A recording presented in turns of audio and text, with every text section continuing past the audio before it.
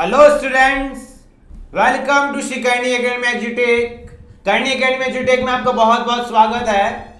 नमस्ते, सत श्री अकाल, कैसे हो, केम छो, मजा सब बढ़िया। चलिए बच्चों, मैं दर्शन अरोड़ा, आपका मैथमेटिक्स मेंटर, आपके लिए फिर से लेके आया हूँ सेट समुच्चय का अगला लेक्चर, जिसके अंदर अपन एक्सरसाइज 1.3 को डिस्कस कर रहे थे। उसके 3 क्वेश्चन अपन ऑलरेडी कर चुके हैं, जिसके अंदर जो मेन बातें थी वो ये थी कि सर एक होता है बिलोंग्स टू, एक होता है उपसमुच्चय मतलब सबसेट। बिलोंग्स टू तब लगता है जब अपने पास में वो उसका एक एलिमेंट मतलब सेट के अंदर आने वाली जो चीज होती है वो उसका एलिमेंट होता है, और उस सेट के अंदर आने वाली चीजों से अगर नया सेट बनाया जाए उसको कहते हैं सबसेट। उसके लिए ये आता है। क्लियर है बच्चों? तो एक नंबर पे अगर मैं एक कर्ली ब्रैकेट लगा दूं तो मेरे पास ये क्या होता है, एक सबसेट होता है बच्चों। और सिंपल नंबर मेरे पास में क्या होता है सर बच्चों, एक तरह से देखा जाए तो एक तरह का नंबर होता है रेगुलर। ठीक है बच्चों, जैसे अपन एक क्वेश्चन देखा था 1 2 कर्ली 3 4 5 था, इस तरह से था। अब सेट के अंदर ही कर्ली दे रखा है, इसका मतलब ये एलिमेंट है, तो यहाँ कर्ली 3 4 बिलोंग्स टू ए आएगा, है ना बच्चों। यहाँ 3 4 बिलोंग्स टू ए नहीं आ सकता क्योंकि यहाँ ऑलरेडी अंदर का एलिमेंट जो है वो कर्ली ब्रैकेट में डाला हुआ है। और अगर मुझे यहाँ पे सबसेट देखना है, उपसमुच्चय देखना है, तो एक और कर्ली डाल दो इसके ऊपर, तो मेरे पास में ये बन जाएगा उपसमुच्चय ए का। एक और अपन ने पढ़ा था ये जो 2 है वो बिलोंग्स टू ए होगा, क्योंकि 2 इसका एक पार्ट है, क्योंकि इसके ऊपर कोई कर्ली नहीं लगा हुआ है। अगर इसके ऊपर कर्ली ब्रैकेट लगा दिया जाए, मंझला कोष्ठक लगा दिया जाए, तो बन जाएगा उपसमुच्चय। क्लियर है बच्चों मेरी बात? चलिए बच्चों, आज अपन एक्सरसाइज 1.3 के अगले क्वेश्चंस करते हैं। क्वेश्चन नंबर 4 के निम्नलिखित समुच्चयों के सभी उपसमुच्चय लिखिए। सर उपसमुच्चय कैसे लिखते हैं? मैंने कहा सबसे पहले वाला लेते हैं, answer number first. Sir capital A दे रखा है, ये इस तरह से कुछ दे रखा है, इसके सभी उपसमुच्चय। सर इसके अंदर अवयव कितने हैं? एक अवयव है। सर एक अवयव कैसे बना सकते हैं? एक अवयव में से या तो मैं 0 ले लूं या फिर एक अवयव में से मैं एक अवयव ले लूं। सर इसका जो उपसमुच्चय होगा, मेरे पास में क्या होगा सर, या तो इसके अंदर से मैं कुछ नहीं लूं, जब मैं कुछ नहीं लूंगा तो मेरे पास में क्या आएगा, 5 आएगा, या फिर इसका जो एक अवयव है वो ही ले लूं तो मेरे पास में ए आएगा। तो ये मेरे पास में फर्स्ट वाले के 2 उपसमुच्चय आ गए। क्लियर है बच्चों मेरी बात? अब सर दूसरा वाला मेरे पास में सर इसका क्या आएगा? सर ए और बी है, मैंने बोला बी उपसमुच्चय है, ए कॉमा बी। अब सर 2 में से मैं क्या कर सकता हूँ, 0 ले सकता हूँ, 2 में से मैं 1 ले सकता हूँ, 2 में से मैं 2 ले सकता हूँ। जब मैं 2 में से मैं कुछ भी नहीं लूंगा, 0 लूंगा, तो मेरे पास में क्या आएगा, 5 आएगा। जब 2 में से मैं 1 लूंगा, 1 क्या हो सकता है सर, स्मॉल ए भी हो सकता है और ये बी वाला भी हो सकता है। और सर जब मैं 2 में से 2 पूरे ले लूंगा तो क्या आएगा, ए कॉमा बी पूरा आ सकता है। मैं ऑलरेडी समझा चुका हूं बच्चों आपको कि जो रिक्त समुच्चय होता है वो किसी भी समुच्चय का उपसमुच्चय होता है, और ये जो पूरा समुच्चय होता है वो भी खुद का उपसमुच्चय होता है। क्लियर है बच्चों? ये मेरे पास में उपसमुच्चय आ गए। तीसरा सी बराबर मान लिया 1 2 3, 3 अवयव है। 3 अवयव से अपन क्या कर सकते हैं सर, अपन 3 अवयव से, देखो बच्चों मेरी बात सुनना, 3 अवयव से अपन क्या कर सकते हैं, 3 में से 0 ले ले, 3 में से 1 ले ले, 3 में से 2 ले ले और 3 में से 3 ले लिए जाए। जब मैं 3 में से 0 लूंगा मतलब कोई अवयव नहीं लिया, तो मेरे पास में उपसमुच्चय जो बनेगा वो क्या बनेगा, वो बनेगा अपने पास में सर 5 बनेगा, है ना। फिर जब मैं 3 में से एक अवयव लूंगा तो एक क्या हो सकता है, 1 हो सकता है अलग से, 2 अलग से हो सकता है, 3 अलग से हो सकता है। जब मैं 3 में से 2 अवयव लूंगा तो 2 अवयव 1 2 हो सकते हैं, 1 3 हो सकते हैं और 2 3 हो सकते हैं। और सर जब मैं 3 अवयव लूंगा तो सर क्या आएंगे, 1 2 3 आएंगे। ये मेरे पास में उपसमुच्चय बन गए। सबसे इंपॉर्टेंट है लास्ट वाला 5। सर 5 डी बराबर 5, बच्चों या तो 5 को 5 लिख दो, या डी बराबर इसको 5 को अपन और क्या बोलते हैं, 5 को अपन बोलते हैं रिक्त समुच्चय। क्लियर है बच्चों? जब अंदर कुछ नहीं है तो 0 है, तो 0 में से आप क्या ले सकते हो सर, 0 ले सकते हो, हाँ ले सकते हैं। तो 0 में से जब 0 लेंगे तो बच्चों इस फॉर्म में अगर लिखना है तो इसका जो उपसमुच्चय होगा, उपसमुच्चय बनता कैसे है, उपसमुच्चय बनता है जो चीज लिखी हुई है उसका भी क्या ले लेंगे सर, उपसमुच्चय ले लेंगे।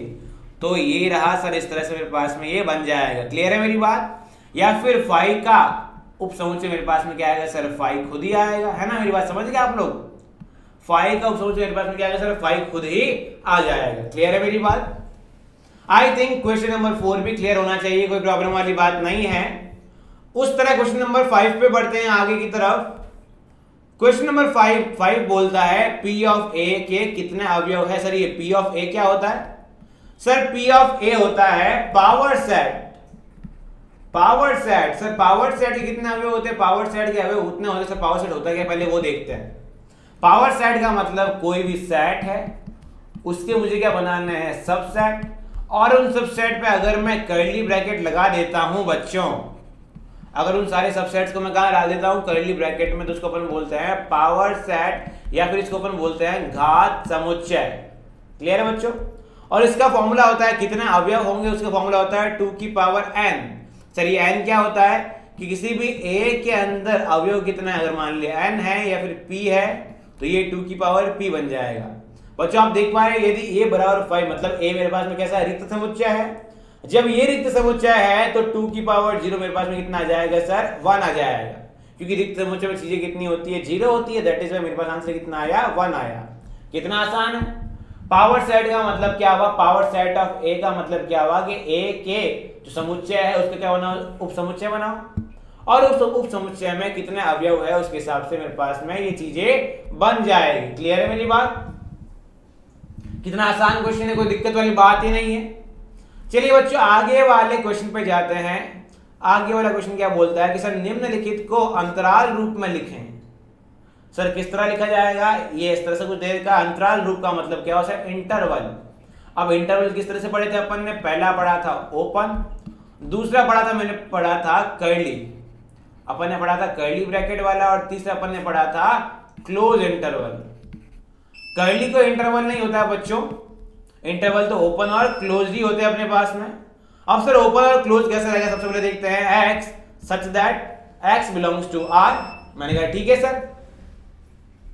बच्चों जहां पे केवल और केवल लेस देन हुआ करता था इस तरह से, तो वहां पे केवल और केवल ओपन ब्रैकेट आता था, और जहां पे इसके साथ में इक्वल्स टू आता था वहां पे मेरे पास में क्लोज ब्रैकेट आता था। चलिए बच्चों इसको पढ़ते क्या है कि जो x है वो -4 से बड़ा है, पर x जो है वो 6 या 6 से छोटा है। 6 या 6 से बड़ा मतलब बराबर भी हो सकता है और छोटा भी हो सकता है। तो बच्चों इसका फर्स्ट का जो आंसर है वो क्या बनेगा, सर इन दोनों के बीच में आ कौन रहा है, मैंने कहा ये बीच में आ रहा है x, तो x आया। जब बीच में तो इसको बोलते क्या है, बिलोंग्स टू। अब बच्चों -4 पे मेरे पास में क्या आएगा सर, ओपन आएगा, तो -4 पे ओपन लगाया। तो 6 पे साथ मेरे पास में कैसा इक्वल्स टू, तो 6 पे क्लोज लगाया। पहले का आंसर बहुत आसान रहा। उसी तरह दूसरा देखते हैं। दूसरे में मेरे पास में क्या आएगा, x बिलोंग्स टू आएगा, दोनों जगह कहीं भी इक्वल्स टू नहीं है। That is Y equals to नहीं तो क्या आएगा, ओपन -12 से -10। क्लियर है? थर्ड वाला सर, थर्ड वाला यहाँ पे दे रखा है, ये great less than equals to दे रखा है। बच्चों आप देख पा रहे ये भी x के लिए क्या आएगा, x बिलोंग्स टू आएगा। बच्चों यहाँ पे इक्वल्स टू दे रखा है तो मेरे पास में क्या आएगा, क्लोज ब्रैकेट 0, और यहाँ पे 7 पे मेरे पास में क्या आएगा सर, ओपन आएगा, क्योंकि 7 के पास में कोई भी इक्वल्स टू नहीं है। And last and final sir, इसको भी x के लिए सॉल्व करें, x बिलोंग्स टू आएगा। सर यहाँ पे भी इक्वल्स टू है तो क्लोज ब्रैकेट 3, यहाँ पे भी इक्वल्स टू है तो क्लोज ब्रैकेट 4। इस तरह से चारों आंसर बन गए। क्या था, कुछ नहीं था इसके अंदर, बड़ा ही आसान तरीका था। कैसे करेंगे सर, बहुत आसान तरीका है। जहां पे इक्वल्स टू है वहां पे तो क्लोज ब्रैकेट, वहां जहां पे अपने पास इक्वल्स टू नहीं है वहां मेरे पास में क्या था, ओपन ब्रैकेट। क्लियर है मेरी बात? मैं आपको ऑलरेडी समझा चुका हूं। अगर आपने नहीं देखा वो लेक्चर तो प्लीज आप पहले वो लेक्चर देखिए, ताकि आपका सारा कॉन्सेप्ट क्लियर हो, और जब कॉन्सेप्चुअली क्लियर होगा तो ये क्वेश्चंस इजीली कर पाएंगे। क्लियर है मेरी बात? चलिए बच्चों आगे वाले क्वेश्चन की तरफ बढ़ते हैं। तो जैसे पिछले वाले में अंतराल में बनाया था, अब क्या बोलता है, अंतरालों को समुच्चय निर्माण में लिखें। मैंने कहा चलिए समुच्चय निर्माण के रूप में लिखते हैं आंसर नंबर फर्स्ट को। समुच्चय निर्माण के रूप में अपन कैसा लिख सकते हैं, मैंने बोला ये ए समुच्चय की बात कर रहा है, कर्ली ब्रैकेट बनाते हैं समुच्चय निर्माण के अंदर, और मान लिया ये x के लिए सॉल्व हो रहे हैं तो क्या लिखेंगे, x सच दैट x इस प्रकार से है। फिर बच्चों अपन क्या बोलेंगे, x belongs to real number, क्योंकि जब कुछ नहीं दे रखा है, पूरा अंतराल जो होता है, इंपॉर्टेंट बात क्या है, ये जो ओपन ब्रैकेट होते हैं ना बच्चों, ओपन ब्रैकेट और क्लोज ब्रैकेट वो हमेशा रियल नंबर्स के लिए आता है ना बच्चों, ये रियल नंबर्स के लिए आता है। तो x belongs to real number. अब बच्चों देखो यहाँ पे क्या है, यहाँ भी ओपन है तो यहाँ पे केवल और केवल लेस देन है, यहाँ भी ओपन है तो यहाँ भी इस तरह से लगा दिया। बच्चों बीच में दोनों के बीच में x की बातें कर रहे हैं तो x बीच में आएगा। सर -3 से बड़ा और 0 से छोटा, बात खत्म, कुछ नहीं है। क्योंकि -3 को ओपन का मतलब क्या हुआ, -3 को नहीं लेना है, यहाँ ओपन का मतलब क्या हुआ, 0 को नहीं लेना है। -3 को नहीं लेना मतलब -3 से बड़ा, 0 को नहीं लेना मतलब 0 से छोटा। क्लियर है मेरी बात? चलिए सेकंड वाली बात पे आते हैं। माना बी सेट है, इसको भी मान लेते हैं x के लिए सॉल्व कर रहे थे, x such that x belongs to R। बच्चों यहाँ पे मेरे पास में कैसा है, क्लोज्ड, तो equals to greater than equals less than equals to आएगा। या मेरे पास में क्या है, अगेन क्लोज, तो इस तरह से सेम साइन आएगा। बच्चों इसके बीच में x का मान रहा है तो x माना, यहाँ 6 लिखा, यहाँ 12 लिखा, और सर काम खत्म, कोई प्रॉब्लम रही नहीं। ठीक है सर यहाँ पे मेरे पास में कौन है, ओपन है। बच्चों सी ना मानते हैं इसको, x such that x belongs to R, x के लिए सॉल्व कर रहे हैं सर। अगेन बीच में x आया। बच्चों यहाँ पे मेरे पास में कौन है, ओपन है, तो क्या आएगा, सिर्फ लेस देन 6। यहाँ मेरे पास में कैसा है, क्लोज है, तो क्या आएगा, लेस देन इक्वल्स टू 12। बस काम खत्म सर। फोर्थ नंबर आप देख पा रहे हैं, काम खत्म और काम शुरू होने में मैक्सिमम 2 से 3 सेकेंड लग रहे हैं। मतलब कितना आसान रहा यदि आपको वो बातें याद थी तो। चौथा मान लिया डी सेट माना, मैंने बोला x के लिए सॉल्व कर रहा है, x such that x belongs to R। बच्चों ये देखना यहाँ पे कौन है, मेरे पास में क्लोज्ड है, मतलब यहाँ पे greater less than equals to इस तरह का साइन आ जाएगा। बीच में x फंसा हुआ है और इस तरफ मेरे पास में 5 है, क्योंकि 5 पे ओपन है। या मेरे पास में -23 लगा दिया और काम खत्म। या फिर आप ऐसे भी कर सकते हैं कि अगर x के लिए सॉल्व करो तो x को इधर लिख दिया। अब बच्चों इसके लेफ्ट में, क्योंकि शुरुआत तो यहाँ से होगी, तो इसके लेफ्ट में देखेंगे। बच्चों ये पहले ही साइन लगा के छोड़ दो एक बार। अब बच्चों यहाँ पे अगर क्लोज्ड है तो इक्वल्स टू लगा दिया, क्लोज नहीं है तो नहीं लगाएंगे, सीधी सी बात तो ये रही। क्लियर है? इस वाले के लिए देखते हैं, x लिख दिया मैंने, दोनों तरफ इस तरह के साइन लगा दिए मैंने। जहां पे मेरे पास में क्लोज्ड है वहां पे क्या लगा दिया, इक्वल्स टू लगा दिया, बात खत्म। बहुत ही इजीली क्वेश्चन सॉल्व किए जा सकते हैं। क्लियर है बच्चों? अब अगला क्वेश्चन बोल रहा है, निम्नलिखित में से प्रत्येक के लिए आप कौन सा सार्वत्रिक समुच्चय प्रस्तावित करेंगे। सर सार्वत्रिक समुच्चय का मतलब होता है ऐसा समुच्चय जो उससे जुड़ी हुई हर एक बात को अपने अंदर लेता है। सर सार्वत्रिक समुच्चय का मतलब क्या हुआ, ऐसा समुच्चय जो उससे जुड़ी हुई हर एक बात को अपने अंदर कैद करता है। मतलब समझे, भारत है, भारत अपने से जुड़े हुए हर एक राज्य को अपने अंदर रखता है। राजस्थान हुआ, मध्य प्रदेश हुआ, गुजरात हुआ, महाराष्ट्र हुआ, हर एक जो राज्य है वो भारत देश के अंदर आता है। तो भारत देश मेरे पास में क्या बन जाएगा, सार्वत्रिक समुच्चय। और जो उसके अंदर वाली जो आने वाले स्टेट से जो राज्य हैं वो उसके बन जाते हैं उप समुच्चय। क्लियर है मेरी बात? बच्चों मैं बोलता हूं कि सबसे पहले पूछा गया कि समकोण त्रिभुजों का जो समुच्चय है उसके लिए बताइए आप क्या मेरे पास आप सार्वत्रिक समुच्चय देना चाहेंगे। तो मैंने कहा सार्वत्रिक समुच्चय का मतलब हुआ कि ऐसे, ये त्रिभुज की बात कर रहा है, तो सार्वत्रिक समुच्चय का मतलब हुआ कि ऐसा समुच्चय चुनो जिसमें हर एक तरह का त्रिभुज आता हो। तो मैंने कहा भैया त्रिभुज चुनना है मुझे तो त्रिभुज चुनना है, सिंपल सी बात ऐसी है। तो उसमें क्या लिख दूंगा भैया, प्रत्येक तरह का जो त्रिभुज आएगा वो मेरे पास में, प्रत्येक तरह का जो त्रिभुज होता है उससे मैं समकोण भी बना सकता हूं, उससे मैं समद्विबाहु भी बना सकता हूं, उससे मैं समबाहु भी बना सकता हूं, उससे मैं विषमबाहु भी बना सकता हूं। तो ऊपर वाले के लिए भी अपन क्या देखेंगे सर, प्रत्येक तरह का समुच्चय आता है, प्रत्येक तरह का मेरे पास में ट्रायंगल आ जाएगा। और नीचे वाले के लिए मेरे पास में क्या आएगा, प्रत्येक तरह का ट्रायंगल आ जाएगा। मतलब कुल मिला के दुनिया में उपस्थित सभी ट्रायंगल्स, अगर दुनिया के सभी ट्रायंगल देखूं मैं, छोटे बड़े किसी भी तरह के, ये ट्रायंगल नहीं हुआ, किसी भी तरह का ट्रायंगल देखूं तो दुनिया के सारे ट्रायंगल जो हैं उसके अंदर समकोण भी आ जाता है, उसके अंदर समद्विबाहु भी आ जाता है। तो दुनिया का प्रत्येक ट्रायंगल जो हुआ वो मेरे पास में एक सार्वत्रिक समुच्चय बन गया इन दोनों ट्रायंगल्स के समुच्चय के लिए। क्लियर है मेरी बात? क्लियर है क्या बच्चों मेरी बात? चलिए बच्चों एक और अगली वाली बात पे जाते हैं, अगले क्वेश्चन पे जाते हैं। कितना आसान क्वेश्चन है। अगले क्वेश्चन पे जाते हैं। सर समुच्चय ए कुछ दे रखा, बी कुछ दे रखा, सी कुछ दे रखा। मैंने कहा ठीक है, इनमें से ए बी सी के लिए कौन सा जो है वो सार्वत्रिक समुच्चय है ये पूछ रहा है। सर कौन कौन सा सार्वत्रिक समुच्चय बन सकता है ए बी सी तीनों के लिए। मतलब ए बी सी अगर तीनों हैं, इनको मान लो, एक को राजस्थान, एक को गुजरात, एक को मान लिया मध्य प्रदेश। अगर ये तीनों हैं तो इनका जो सार्वत्रिक समुच्चय वो कौन है, भारत। मतलब भारत के अंदर अगर ये तीनों चीजें किसी ऐसे समुच्चय में आ जाएं जिसमें ऐसे समुच्चय में आ जाए जिसमें ये सब चीजें आती है। मतलब इन तीनों चीजों से मिलकर बना हुआ जो सबसे बड़ा समुच्चय है वो मेरे पास इसका क्या बन जाएगा, सार्वत्रिक समुच्चय। बच्चों तीनों के अंदर क्या क्या आया शुरू करते हैं सर 0 आ रहा है, 1 आ रहा है, मतलब कुल मिला के आप देख पा रहे हैं 0 1 2 3 4 देन 5 6 और 8 आ रहा है, मतलब 0 से लगा के 8 तक हर एक नंबर आ रहा है। बच्चों ऐसा समुच्चय देखना जिसमें 0 से 8 तक सारे नंबर आ रहे हैं। सर पहले वाले में 6 पे आके रुक गया तो नहीं बन सकता, दूसरा वाला 0 है तो बिल्कुल नहीं हो सकता, तीसरे वाले में 0 से लगा के 10 तक है, मतलब हाँ ये जो चीजें हैं ये सारी चीजें इसके अंदर हैं। सर सार्वत्रिक समुच्चय के अंदर क्या ये राजस्थान, गुजरात और एमपी आएगा? मैंने कहा नहीं, दूसरे भी आ सकते हैं, महाराष्ट्र आ सकता है, केरल आ सकता है, मणिपुर आ सकता है, असम आ सकता है, सब कुछ आ सकता है। पर मैं किसके लिए देख रहा हूं? मैंने सिर्फ राजस्थान, गुजरात और एमपी के लिए देखा, मतलब कम से कम इतने तो आने ही चाहिए।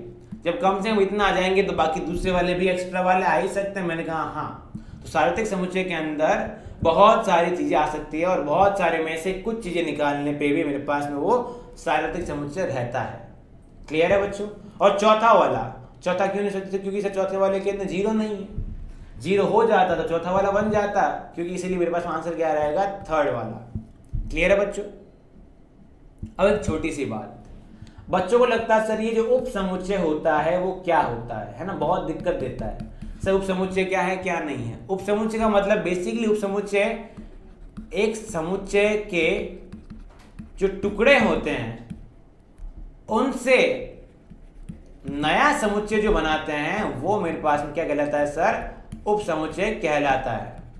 मैं वापस बनाता हूं कि कोई भी समुच्चय दे रखा है A 1, 2, 3, उसके जो टुकड़े हैं, उसके टुकड़े का मतलब क्या है, उसके जो अवयव है, उन अवयव का यूज करके जो आप नया समुच्चय बनाते हैं, जैसे 1 लिया, 5 लिया, 2 लिया, 3 लिया, इस तरह से बनाते हैं। तो ये जो नए समुच्चय बनते हैं, नए समुच्चय को उप समुच्चय कहते हैं। मतलब एक बड़े समुच्चय से उसके छोटे छोटे टुकड़े करके नए समुच्चय बनाना उनके उप समुच्चय कहलाता है।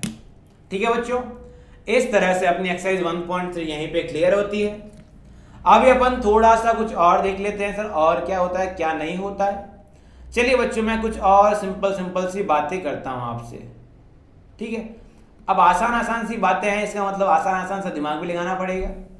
सर मैंने मान लिया मेरे पास में 1 2 3 4 5 6 और 7 ये नंबर है मेरे पास, ये ए दे रखा है, ए समुच्चय। मैंने कहा ठीक है। एक बी समुच्चय है, उसके अंदर 4 5 6 7 नंबर है। मैंने कहा ठीक है। तो अब इन दोनों का यूनिवर्सल, सर यूनिवर्सल का मतलब क्या हुआ, सार्वत्रिक समुच्चय बताइए। मैंने कहा सार्वत्रिक का मतलब क्या हुआ कि कम से कम ये तो आने ही चाहिए। तो मैंने कहा ये क्या हुआ सर, 1 2 3 4 5 6 7, इसके अंदर 11 भी डाल देते हैं, तो मेरे पास में क्या डाल दूंगा, 11 डाल दिया, तो ये मेरे पास में इन दोनों का सार्वत्रिक समुच्चय बन जाएगा। परंतु बच्चों देखिएगा, ये रहा मेरे पास सार्वत्रिक समुच्चय एक नया, 1 2 3 4 5 6 7 11 और 13। इससे मैं a बराबर बना रहा हूँ 1 2 3 4, b बना रहा हूँ 3 4 4 5, c बना रहा हूँ मैं 6 7 11 और d बना रहा हूँ 13 11 5। मैं बोला इन a b c d ये जो है क्या मिलके ये यूनिवर्सल सेट बना रहा है। मैंने कहा देख लेते हैं, ABCD में 1 2 3 4 है, मैंने कहा है, फिर 5 है, मैंने कहा है, फिर 6 से 8 है, फिर 6 7 है, मैंने कहा है, फिर 11 और 13 है, मैंने कहा है। मतलब ये सब जो हैं वो इस बड़े वाले उप समुच्चय के, बड़े वाले सार्वत्रिक समुच्चय के टुकड़े होते हैं। आई थिंक सबको क्लियर है। सार्वत्रिक समुच्चय का मतलब ऐसा हुआ कि उसमें उससे जुड़ी हुई हर चीज आ जाए। क्लियर है मेरी बात? चलिए बच्चों थोड़ा सा देखते हैं। सर आगे एक बात आएगी कौन सी चीज कॉमन है, कौन सी चीज कॉमन नहीं है। ठीक है बच्चों, अब मैं बोल रहा हूं ए और बी में क्या कॉमन चीजें हैं, ए और बी में क्या कॉमन चीजें हैं। चलिए बच्चों देखते हैं कैसे बनाते हैं। इनके लिए आप यूज करेंगे वेन आरेख, है ना, वेन डायग्राम्स। बच्चों ये जो वेन डायग्राम्स है वो आपको क्वेश्चंस को सॉल्व करने में बहुत आसानी देंगे, वरना आपके क्वेश्चन बहुत मुश्किल हो जाएंगे सॉल्व करना। बट अगर आप वेन डायग्राम का यूज लेंगे तो आपके क्वेश्चंस इजी बन जाएंगे।